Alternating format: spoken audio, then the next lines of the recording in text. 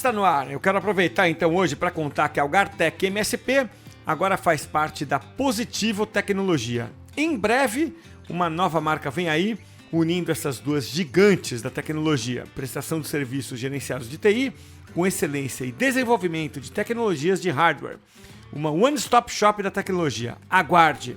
Meu nome é Cássio Politi e aqui hoje com a Algartec a gente vai falar de tecnologia com muita profundidade, viu? E esse é um episódio especial e a Estela, a nossa especialista virtual em negócios, sabe por que é tão especial assim, né, Estela? Oi, Cássio.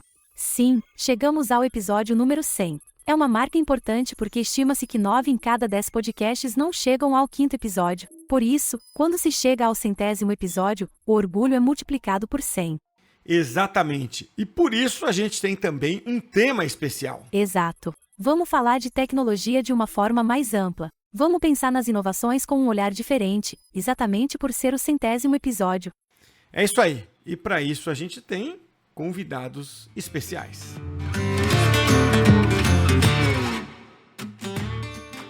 E para a conversa de hoje, desse episódio especial, número 100, poucos podcasts chegam a 10 episódios. A gente hoje está celebrando aqui com 100 episódios no currículo. E por isso a gente tem um convidado especial, que é o César Taurion, CEO hoje da Redcore, né, que é uma consultoria boutique focada na identificação e desenvolvimento de oportunidades que explorem a inteligência artificial como uma forma de trazer benefícios para os negócios das empresas que eles atendem na Redcore, como novos produtos, redução de custos, ganho de eficiência e por aí vai, né? Por isso, César, é uma honra ter você aqui com a sua vasta experiência em tecnologia, com um currículo invejável, com contribuição para muitas grandes empresas. Por isso, é um prazer ter você aqui. Obrigado por aceitar o convite para bater esse papo. Cássio, muito obrigado. Me sinto honrado aí em ser o episódio 100. Esse é um marco. E para mim, realmente, é muito legal estar aqui mais uma vez, compartilhando informações. Eu acho que o nosso objetivo aqui é trocar ideias, compartilhar informações.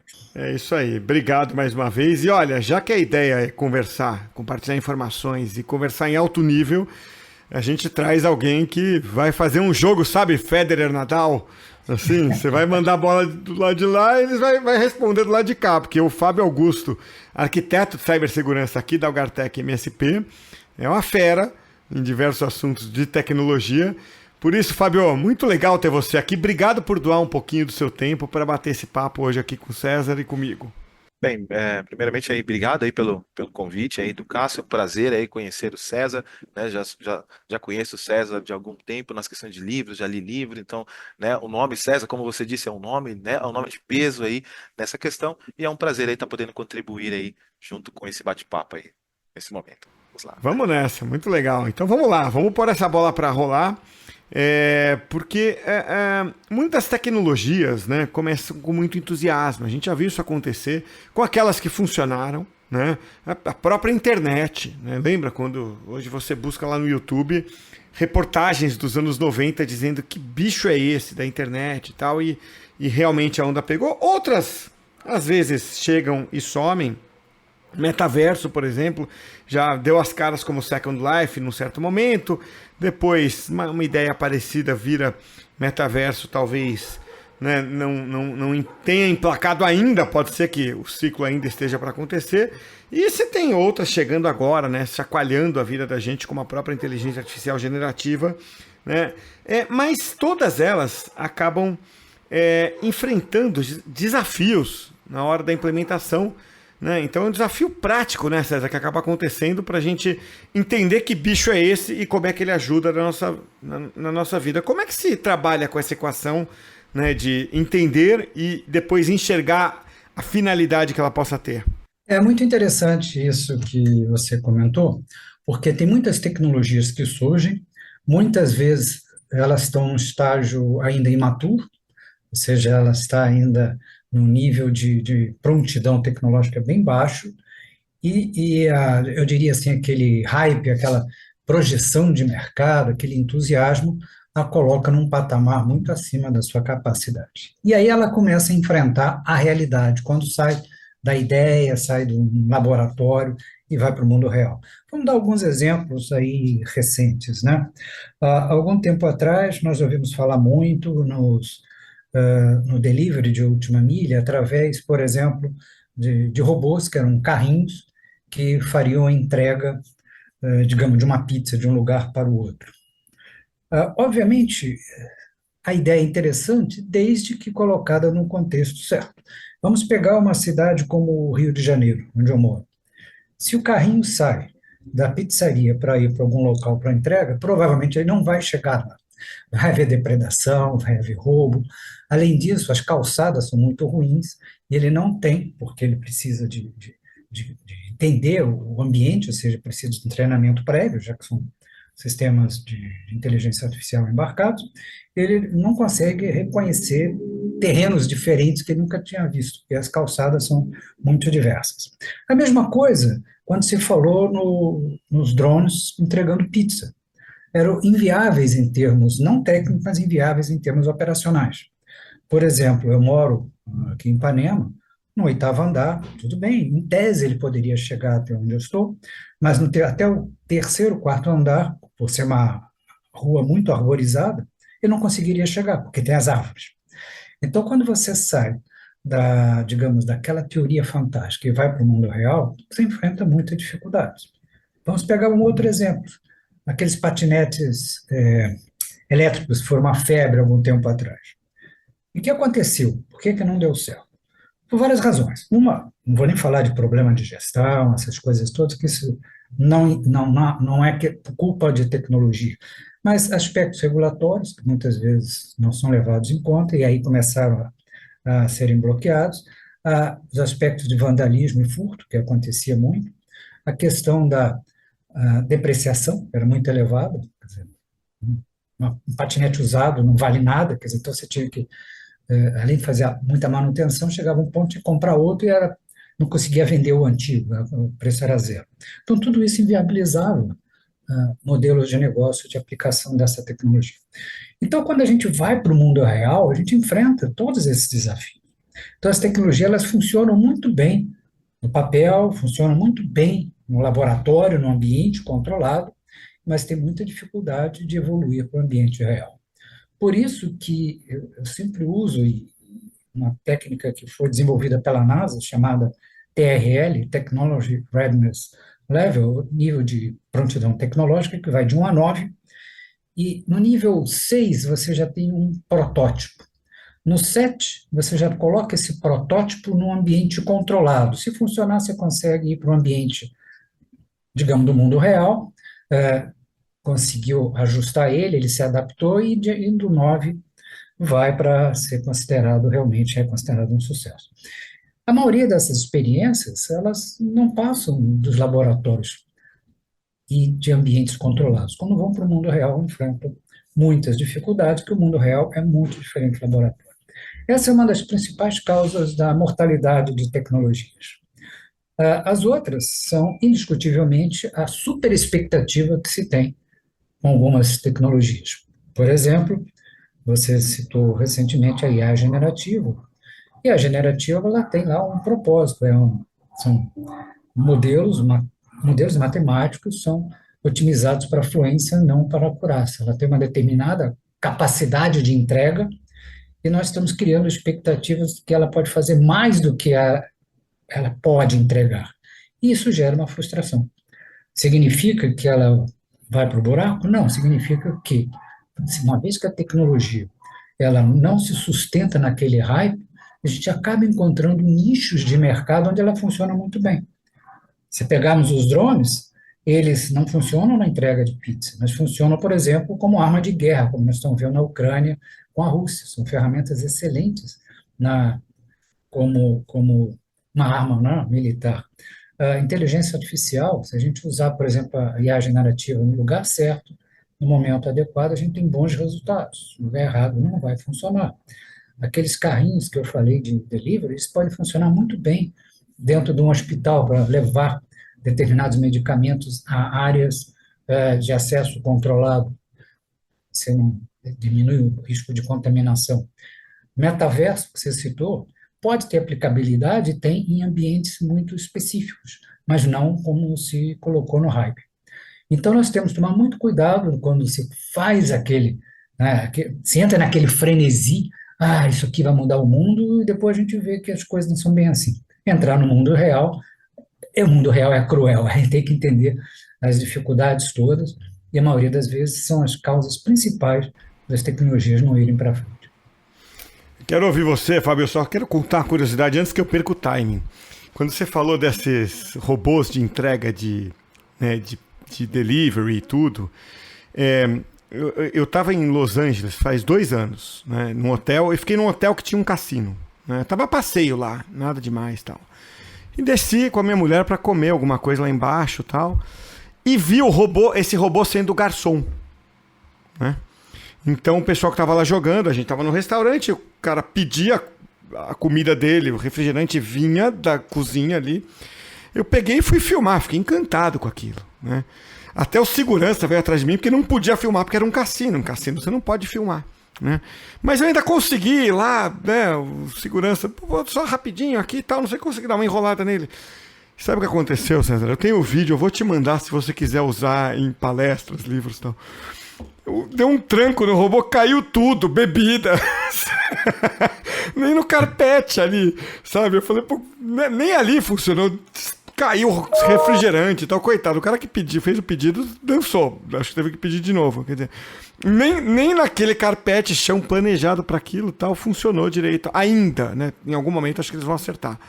Mas queria te contar essa curiosidade porque eu fui filmar a grande inovação tecnológica e peguei uma gafe deles lá. Desculpa, Fabio, eu acabei interrompendo aqui só para contar uma curiosidade. Não, imagina, realmente é bem interessante mesmo, uma ótima história. Pegando o que, né, como o César passou, o conceito do TRL, e é um conceito talvez pouco conhecido, né, César? Eu falo que talvez poucas pessoas, né, tenham ouvido falar sobre esse conceito, né, que inclusive eles usam um termo como se fosse um termômetro, né, TRL1 até o 9, onde você tem a questão lá dos princípios básicos, depois você tem lá conceito de tecnologia, análise experimental, até de fato você chegar ao TRL9, que é a prova final, ou seja, é o sucesso da implementação como um todo. Essas bases, esses passos, normalmente, principalmente do que tem, do que tange a tecnologia, muitas vezes, de fato, assim, ele não é nem seguido, né? Então, de fato, assim, eu tenho lá o princípio básico, né? Que é o desejo, eu desejo que colocar uma aplicação de determinada tecnologia para atender uma determinada necessidade e pulam-se passos, né? Eu saio do cenário dos princípios básicos e já vou direto lá para o componente de execução, depois eu pulo direto lá para o protótipo e depois eu pulo outro passo indo lá para a implementação. Então são itens, né? Isso que o César comentou, são itens primordiais que devem ser seguidos para a parte de tecnologia, não só para o cenário da inteligência artificial, pegando um pouco desse contexto que você passou, caso que é interessante, uma grande rede aqui no Brasil, tá? De fast food, no qual, né, o Totem, né? Eu sou um usuário assíduo da tecnologia e eu fui fazer um pedido específico, né, nesse determinado Totem dessa grande empresa de fast food, onde tem uma inteligência artificial dentro desse Totem. E no momento que você faz uma solicitação de um específico de um lanche, quando você começa a fazer mais de 3 modificações, a inteligência artificial ela se perde. Né? Ou seja, eu vou lá e cancelo, faço o pedido de novo, vou lá, tiro o pickles, eu tiro a cebola, né? Algo que, por exemplo, lá fora, né? Fora do país você não tem muito esse conceito, né? A mesma coisa para quem nunca saiu para fora do país, vai tentar modificar um prato, né? Especificamente nos Estados Unidos, por exemplo, falar, eu quero mudar, eu quero tirar a cebola. Não, então você tem que comprar um prato de acordo com o que você necessita. Então existe um bug, né? Existe um bug porque a inteligência artificial que estava embarcada, né, não foi seguida exatamente um desses passos, né, da questão, está em produção até hoje. Se você fizer isso hoje, né, dessa grande rede, você faz um pedido, você altera ele 3 vezes, automaticamente a aplicação de inteligência artificial que está ali, ela não entende que você cancelou e está pedindo a mesma coisa novamente. E nisso ela te dá um desconto. Inclusive tem um grande vídeo aí no YouTube explicando como que se faz isso. Então, a importância, né, como o Sábio mensurou, de tudo que está no hype, de se entender da maneira que dá para se aplicar e se de fato não seguir os passos básicos,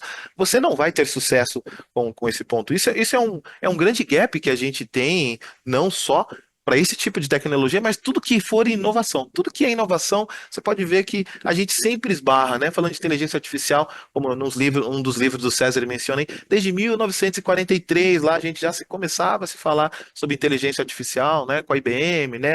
O Deep Blue, entre outros, e agora a gente volta novamente, né? Parece que a gente voltou pegando coisas do passado e estão voltando novamente agora com outros nomes, mas é bem colocado aí que o César passou. E tem o timing também, não tem, César e Fábio, aí da inovação ou da tecnologia para ela poder ser utilizada? Porque acaba havendo uma influência, né, de fatores diferentes, de diferentes fatores, vamos dizer, fazendo uma certa pressão, ou exercendo uma certa influência sobre o momento em que a tecnologia vai explodir, né? Você falou, a inteligência artificial vem desde os anos 40, né? Só que nenhuma onda trouxe o que a AI generativa trouxe para a gente nos últimos 2 anos. Então tem um momento certo para ela acontecer, influenciada por fatores externos, César? Sim, eu vejo que existem vários fatores, né? A disseminação de uma determinada tecnologia depende desses fatores. Se a gente voltar no tempo, por exemplo, o automóvel tinha uma dificuldade de infraestrutura, faltavam estradas quando eles começaram, faltavam postos de gasolina, então a infraestrutura teve que crescer para poder essa rede de infraestrutura crescer para poder que o produto em si, a tecnologia, os veículos, os automóveis pudessem rodar e se disseminar. Então, às vezes, você tem e precisa dessa infraestrutura. Outras vezes, como nós estamos vendo mais recentemente, é interessante, né? A gente vê que às vezes a tecnologia surge não porque quem está lançando a tecnologia está muito preocupado naquele momento com a necessidade do cliente. Ele acha até que o cliente está precisando, mas muitas vezes nem perguntou ao cliente. Vem uma ideia fantástica e vamos colocar isso no mercado e vamos lá na frente. E isso a gente tem visto aí várias, né? No último ano, por exemplo, aquele AI PIN, ou iPIN que a gente traduz, é uma coisa que foi lançada, que seria um dispositivo só de áudio, que diria que substituiria o smartphone. Mas, obviamente, o smartphone não é só comunicação de áudio, isso é uma das partes menores até. Você faz muitas outras coisas, um computador de bolso. Então, não é um substituto. Você teria que usar os dois. Então, já veio de um aparelho que faz tudo, você teria que usar dois. Por isso ele não decolou. Porque quem bolou não viu a necessidade do mercado. Mas olhando a IA generativa, especificamente, a IA generativa, ela digamos, a evolução tecnológica da própria inteligência artificial, né? Como hoje se fala muito na IA generativa, acabou virando um sinônimo de inteligência artificial. Mas se nós fizermos, digamos, uma análise um pouco mais cuidadosa, quando nós falamos de inteligência artificial, é algo que está aí há muito tempo, e imagine uma bola muito grande, com diversas técnicas. Dentro dessa bola tem uma técnica menor chamada aprendizado de máquina, machine learning. Tem coisas que estão em machine learning que não estão nas outras técnicas que a gente usa em inteligência artificial. Dentro do machine learning tem um outro subconjunto, um conjunto de técnicas, imagina uma bola menor, que é chamado deep learning, baseado em redes neurais. Então, você tem coisas que são baseadas em redes neurais e coisas de inteligência artificial que estão em machine learning, coisas que não estão nem em machine learning. E dentro do deep learning, você tem outro conjunto de técnicas, subconjuntos de técnicas, uma delas é a IA generativa. A IA generativa, ela começou em torno de 2014, 2015, com um modelo baseado em redes adversárias, Generative Adversarial Networks, que geravam imagens e uma série de coisas. Então, a gente já tinha muita dessa coisa em 2015. Em 2017, quando o Google publicou um artigo chamado Attention is All You Need, com um mecanismo chamado Transformer, a intenção era melhorar o sistema de tradução, o Google Translate. E deu muito certo. E, tanto que hoje a tradução no Google é muito interessante, muito boa. E começou-se a pensar em usos um pouco mais amplos. E uma das empresas foi o OpenAI e falou, pô, legal, vamos fazer esse negócio, como o Google também estava fazendo, E aí, como se trabalha muito com o texto, era uma evolução muito grande das técnicas que já existiam no processamento de linguagem natural, a OpenAI lançou uma aplicação chamada ChatGPT, onde você, através de um prompt, você conseguia interagir com esse modelo baseado em Transformer. E pela primeira vez, vamos chamar, a pessoa comum começou a interagir com um sistema de inteligência baseado em inteligência artificial, um sistema bem complexo, que respondia para você dialogava, né? Ele é focado em influência. Antes, os sistemas estavam escondidos debaixo de camadas e camadas de software, você nem sabia que ele existia. Você comprava um sistema você comprava um smartphone, tinha lá reconhecimento facial, tinha uma série de coisas, e a gente nem notava isso. Dentro do iPhone, você tem um processador chamado como é que é? Neural Processing Unit, unidade de processamento neural, que você tem machine learning para fazer coisas como reconhecimento facial, filtros de imagem, né, de fotos, assim por diante. Está dentro do iPhone. Mas a gente nem sabia disso, né? Ninguém se prestava atenção. Então, quando o ChatGPT veio, ele criou essa interface que permitiu que qualquer pessoa interagisse com um sistema baseado em inteligência artificial. Isso criou esse frenesi, porque antes ele era escondido, agora ficou ali nítido, na primeira página. E aí todo mundo começou a usar e a começar a falar que IA generativa é igual a IA. IA generativa é IA? Sim. IA é igual a IA generativa? Não. IA generativa é um subconjunto e o transforma um subconjunto desse subconjunto. Então, os dois não são sinônimos, né? Qual foi a grande revolução? Foi o interface, na verdade, porque as tecnologias já existiam, mas o interface que permitiu que nós conseguíssemos pensar numa maneira mais fluente de interagir com o sistema de computação. Se nós olharmos, isso é uma evolução que vem acontecendo há muito tempo. Quando começamos a usar computadores, os primeiros microcomputadores, você trabalhava com aqueles editores de texto, você tinha que ser um pianista, apertava 3 teclas para fazer alguma coisa. Antes dos mainframes eram terminais burros, você ficava só digitando, não tinha nenhuma interface gráfica. Depois nós vimos o surgimento de um Windows com o mouse, era muito mais fácil de você interagir com o computador.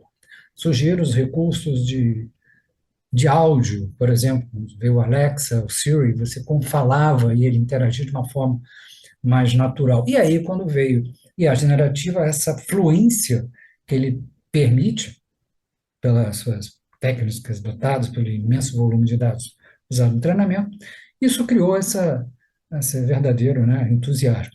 É uma tecnologia muito interessante, sim, dá para fazer muita coisa, mas não dá para fazer tudo.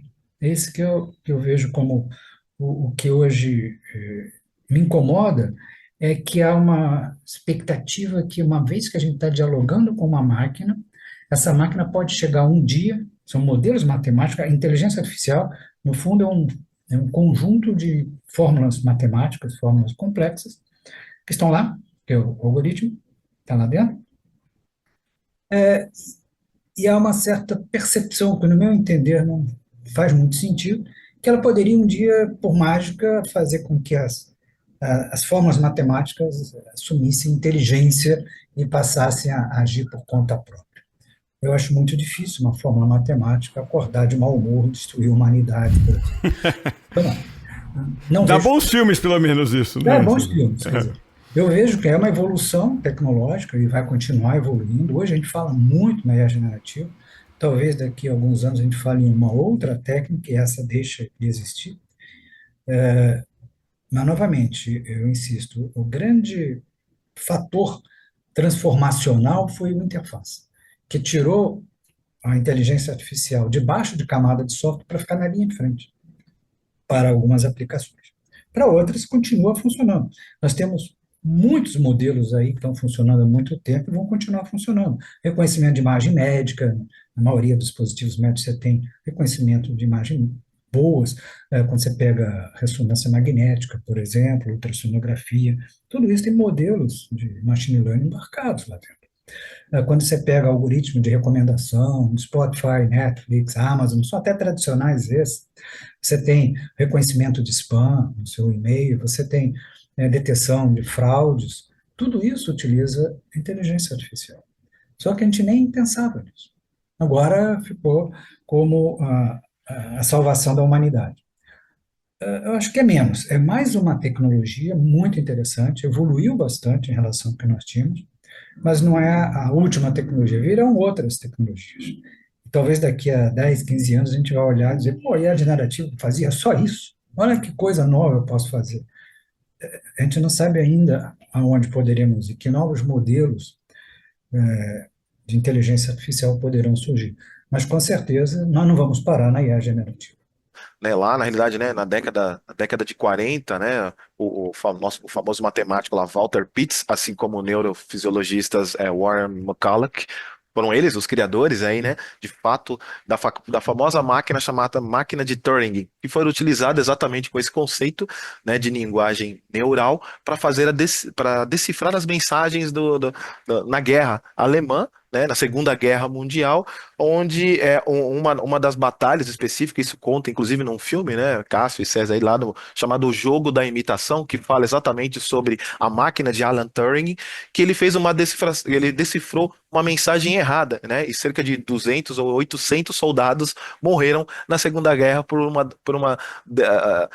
né, uma mensagem que foi identificada de maneira errada, né, então, ou seja, né, na década de 40, neurofisiologista, assim como um matemático, fizeram de fato o primeiro passo, mas existe sim a questão do time, né? O time é muito bem colocado pelo César aí, né? Os times de fato eles não estão bem identificados, até por uma questão, não sei se o César concorda com a visão que eu estou colocando, da questão da falta né, do entendimento do que está sendo hypado, principalmente na questão do formato que eu tenho hoje, né? A empresa do César, né? A Redcore é um formato, ela trabalha de uma maneira, tem as questões de geolocalização, tem a questão, né, de negócio, tem a questão de estrutura, de arquitetura, e cada negócio e cada função tem uma especificação para ser colocada. E nem sempre dá para a gente colocar essa melhoria ou essa função na empresa do César, na empresa do Cássio, na empresa da Daniela, e isso às vezes é deixado de lado. Então se coloca exatamente, muitas vezes, a empresa de fato não está capacitada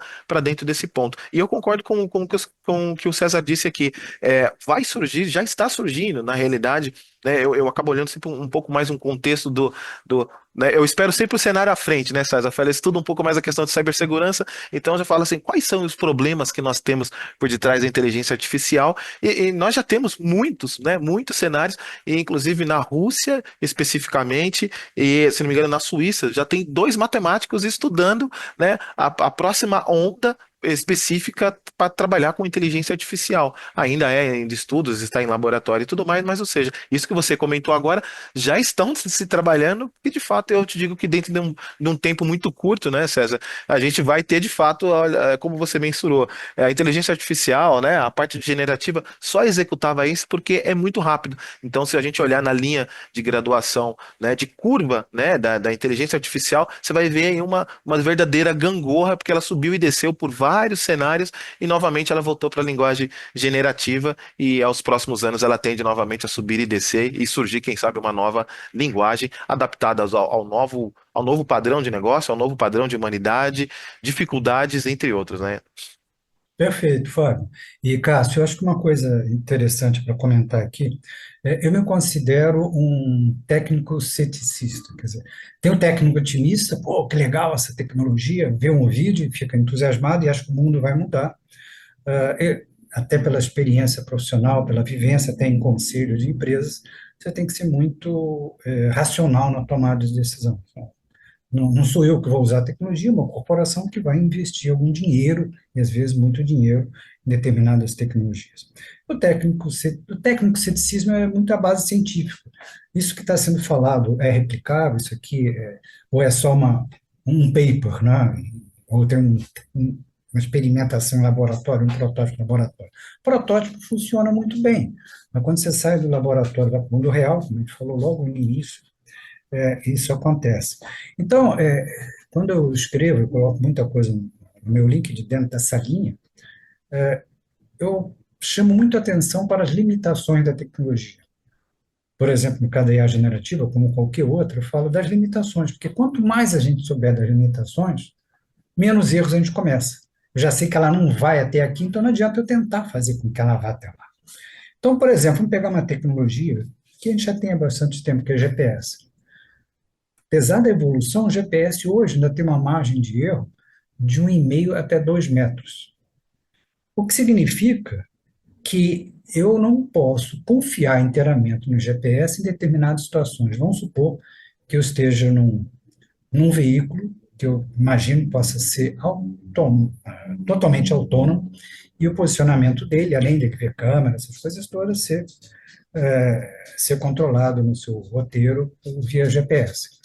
As câmeras talvez não estejam com uma visualização muito boa, porque está dentro de um nevoeiro que você não consegue ver, então muito menos a câmera.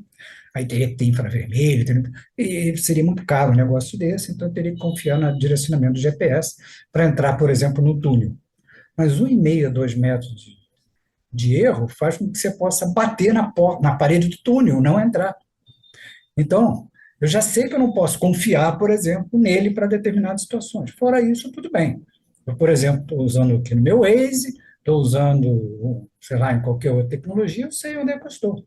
Se eu errar por 10 metros, digamos, eu estou numa cidade que eu não conheço, eu estou naquelas cidades medievais europeias, que eu curto muito, estou andando lá, você se perde, porque não tem nem placa, as ruas são estreitinhas, né? São ruelas do século XV, XIV, você tem que seguir via o GPS. Eu seguia lá, pô. Mesmo que eu errasse alguns metros, não era erro nenhum, eu não ia bater numa parede, eu estou olhando a parede. Então, não tinha risco nenhum. Agora, se eu tivesse de olho fechado, bateria na parede.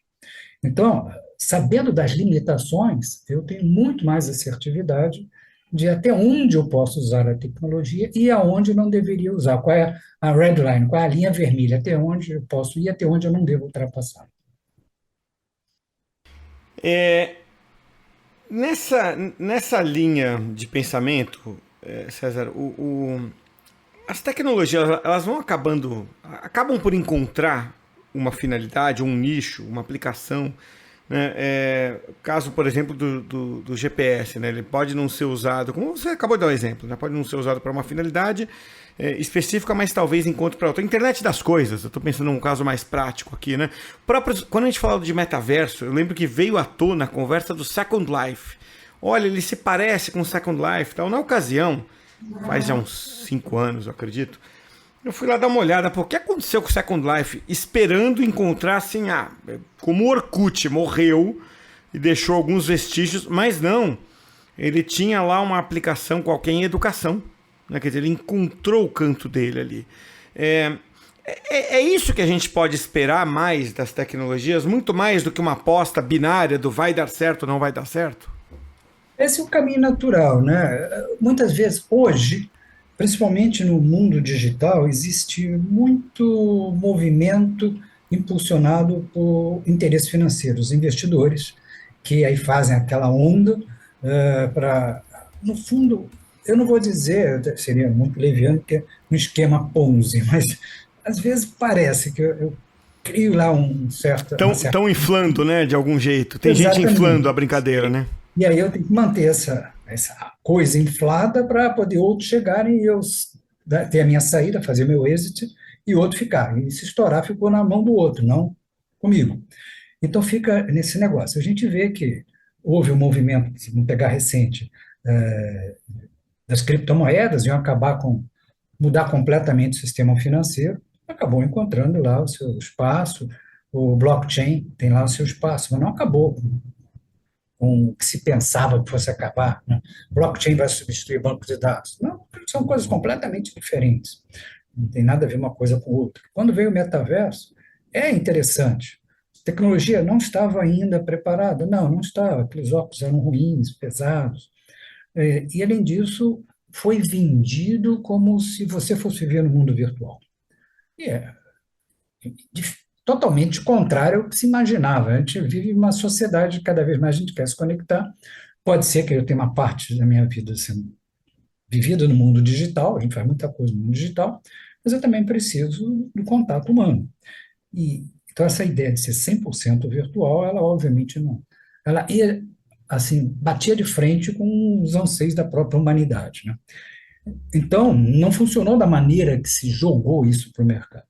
Mas tem aplicações muito boas, por exemplo, em termos de manutenção.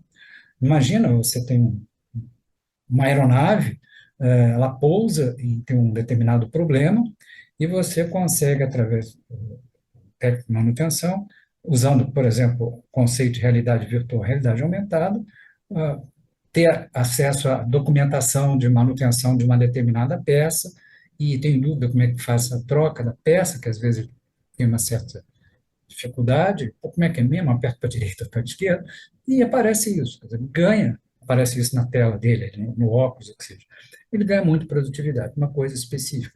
Eu posso fazer isso no treinamento médico, por exemplo, como fosse uma cirurgia, ou mesmo na própria cirurgia, ele, como eu tenho usos de recursos de robótica, cirurgia robótica, dá muita precisão, porque tira aquela tremor da mão, por mais precisa que seja a sua mão, ela pode ter milímetros de variação, e esses milímetros podem ser muito perigosos quando você está fazendo uma cirurgia em pontos muito, digamos, sensíveis do corpo. E a robótica não. A robótica tem uma precisão muito, muito maior que nós, né, porque não tem os movimentos manuais, né, são inteiramente controlados por eletrônica e mecânica. Então, eu consigo fazer cirurgias muito melhores. Então, beleza. Mas, então, quando a gente pega a tecnologia, a gente vê que muitas vezes ela é vendida de uma forma artificial e depois ela cai no mundo real, e no mundo real ela vai encontrar os seus nichos. O legal disso é se você consegue, quando está mesmo aquela coisa inflada, você ter, digamos, a racionalidade, sai da emoção. Quando está digamos, nessa perspectiva, nesse frenesi, é tudo emoção, as decisões são emocionais. Vamos fazer isso, porque é legal, todo mundo tem que fazer, eu estou atrasado, porque os outros já estão fazendo.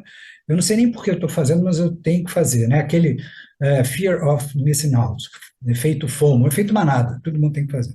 É você ser racional, dizer, espera aí, deixa eu estudar um pouco mais o assunto, tem certas limitações, então eu posso aplicar essa tecnologia aqui e aqui. E começa já focado nisso. Então, quando, digamos, a tecnologia começar a cair na racionalidade, você já está à frente. Você começou a usar de uma forma adequada antes que as outras empresas começarem a usar. Significa que você já conseguiu uma vantagem competitiva. Quando elas começarem a usar, você já tem muito mais experiência, você já tem melhores práticas de uso da tecnologia, você já tem uma visão muito mais concreta e prática do que dá certo e do que não dá certo, quais são os ajustes que você tem que fazer, que processos talvez tenham que ser modificados para você incorporar a tecnologia no seu dia a dia da organização e assim por diante. Então, você já passa a ter uma vantagem competitiva se você começar racionalmente, ainda mesmo naquele momento de super expectativa. Então, eu acho que a grande sacada que os executivos, as empresas têm que ter é, olha, vamos olhar a tecnologia com isenção, sem entrar no frenesi, vamos ser bem frio, técnico, ceticista, e dizer, espera aí, me parece que aqui é o caminho certo. Eu começo a me direcionar nisso, me abstraindo daquele oba-oba, mas eu estou fazendo isso, estou fazendo... Ok, vamos E ver aí é o daqui quê? Experimentar, César? A partir daí é experimentação? Experimentação, eu acho que você tem que experimentar sim, mas experimentação que tenha objetivo claro, não adianta experimentar por experimentar, vou experimentar porque é legal, está gastando tempo e dinheiro que pode ser usado em outra coisa, experimentar com algum objetivo e, se esse objetivo for alcançado, fazer os ajustes para usá-la de forma adequadamente. Mas para isso você tem que ter uma visão um pouco mais clara do potencial e principalmente das limitações da tecnologia. Exato. E como você disse, né, César, também estava recordando aí em 2002, 2004, se não me falha a memória, né, quando você publicou aí especificamente um livro que você falava exatamente lá do software livre, né, potencialidades e modelos de negócio, né, é um item extremamente interessante. Veja só, a gente comentou agora há pouco sobre a NASA e tudo mais, né, nesse livro, um livro muito interessante, inclusive, você mensura exatamente dessa questão, né, do que o mercado adotará ou não, do novo, né, e dependendo de como ele vai ser bem sucedido ou mal sucedido, você mensura exatamente essa questão questão de testar, né? E, né, nesse livro aí com relação do software livre, né, os famosos open sources, como assim dizemos, né, é um item que começou de fato lá atrás, né, como não é seguro, não é bacana. Hoje cerca de 70% das aplicações do mundo utilizam open source. A NASA, inclusive, né, detém aí boa parte, né, da navegabilidade com códigos criados exatamente numa linguagem de open source, com sistemas de fato onde foram aplicados a inteligência artificial, usar um item onde de fato lá atrás, lá há décadas atrás, era informado que de fato ele não era seguro, e hoje ele está embarcado em cerca de mais de 70% aí de aplicações no mundo, que é um código aberto. Mas o ponto principal, né, César? Como ele é um open source, significa que a inteligência do César pode ser embarcada lá, a inteligência do Fábio pode ser embarcada lá, que é o que você mensura no livro, inclusive a parte de colaboração. Você mensura a questão da colaboração para poder fazer a utilização e ter essa questão de compartilhamento de conhecimento.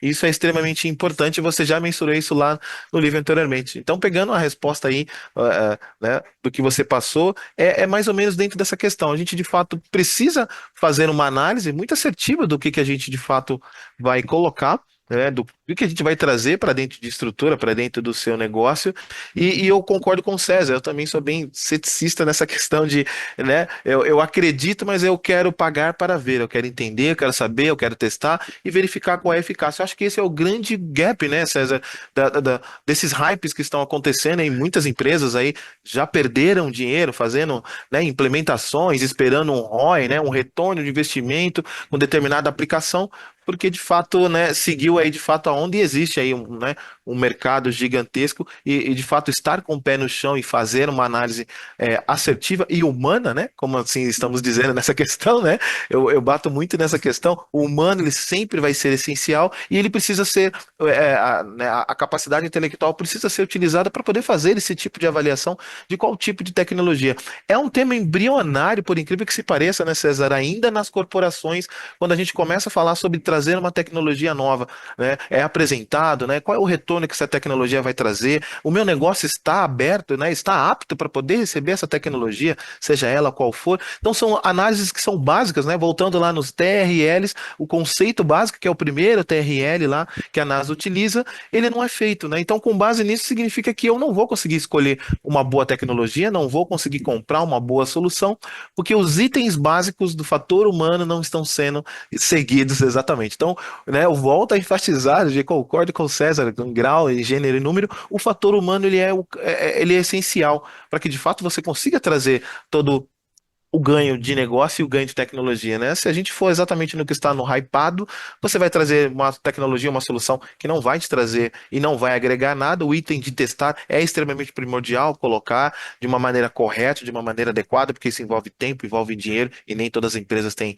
dinheiro de fato para fazer isso. E como o César mensurou aqui, tem isso muito bem elaborado, né, César? Que é um item que você faz muito bem aí com a, com a, com a Redcore aí, exatamente de ajudar, né, a especificação com relação das empresas, que muita empresa não tem essa maturidade para de fato trazer, né? Não sei se é mais ou menos nesse contexto do que eu estou colocando aqui, mas há uma falta de maturidade de conhecer ainda as tecnologias. Então tem muita essa questão, né? No Brasil a gente é um pouco atrasado, digamos assim, nessas questões de novas tecnologias, né? A gente está falando de inteligência artificial, você comentou há pouco aí também, né? Na Suíça eles conseguem de fato, na Suíça consegue se fazer uma entrega lá do drone, eles fazem a entrega, mas nós estamos falando, né, de um país de primeiro mundo, né? Uma localização melhor, cultura melhor, uma educação melhor. Lá não tem, né, asfalto com terra, então tudo isso, ou seja, a aplicabilidade disso tem que ser feita de maneira muito inteligente e muito bem orquestrada.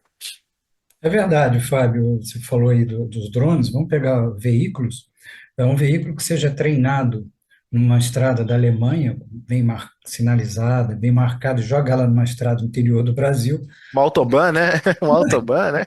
não vai fazer nada, não tem placa, não tem marcação, nunca viu aquilo, né? Passa um boi no meio do caminho, então realmente o mundo é diferente muitas vezes do que a gente vê no Vale do Silício. O Vale do Silício pode ser uma coisa fantástica, mas quando você vai para o mundo real, ele não é o Vale do Silício. Exato. Esse ponto que você falou é fundamental. Quer dizer, a tecnologia só faz sentido se ela trouxer um benefício para a sociedade, para as pessoas e para as empresas. Certo. Colocar tecnologia porque é legal, porque é bonito, é jogar dinheiro fora.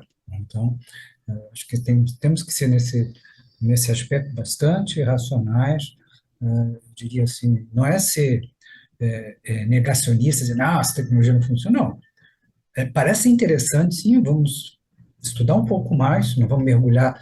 Você não deve mergulhar numa piscina se você não souber a profundidade da água. Pode ser que ela esteja vazia, você mergulha e não tem água, você bate no fundo, quebra a cabeça, quebra a espinha. Então, deixa eu ver se eu posso mergulhar nela.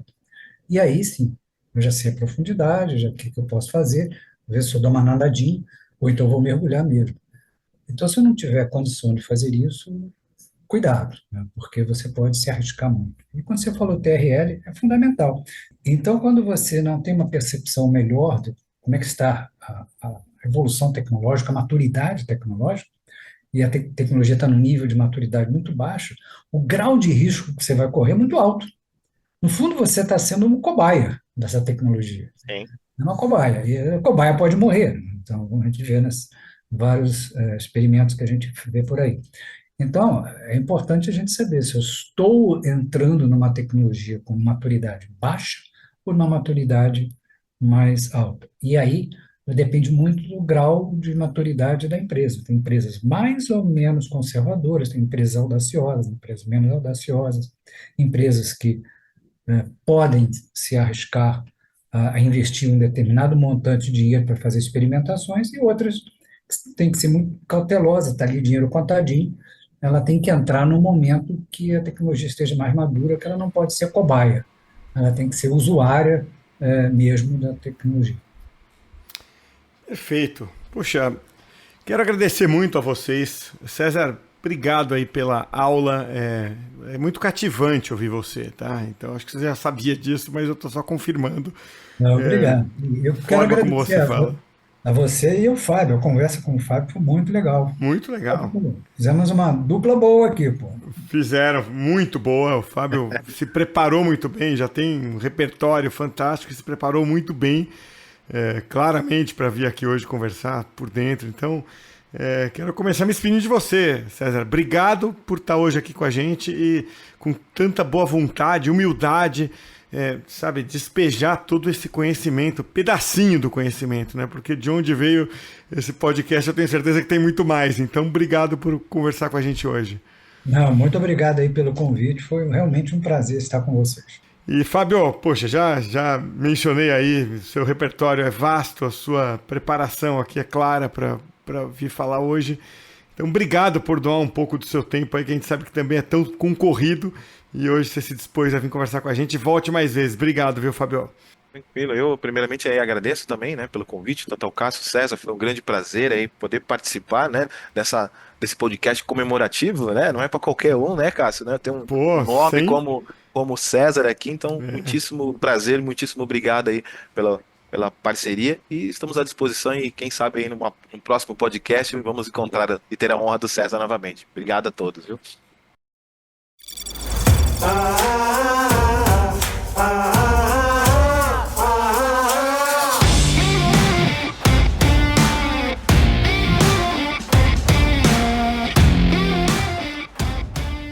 Muito bem, vamos chegando ao final do Think Tech de hoje. Pronta para os próximos 100 episódios, hein, Stella? Olha, depois do papo profundo de hoje, tô animada. Vamos juntos até o episódio 200, 300, 400 e por aí vai. É isso aí, Think Tech de hoje fica por aqui. Até a próxima, hein?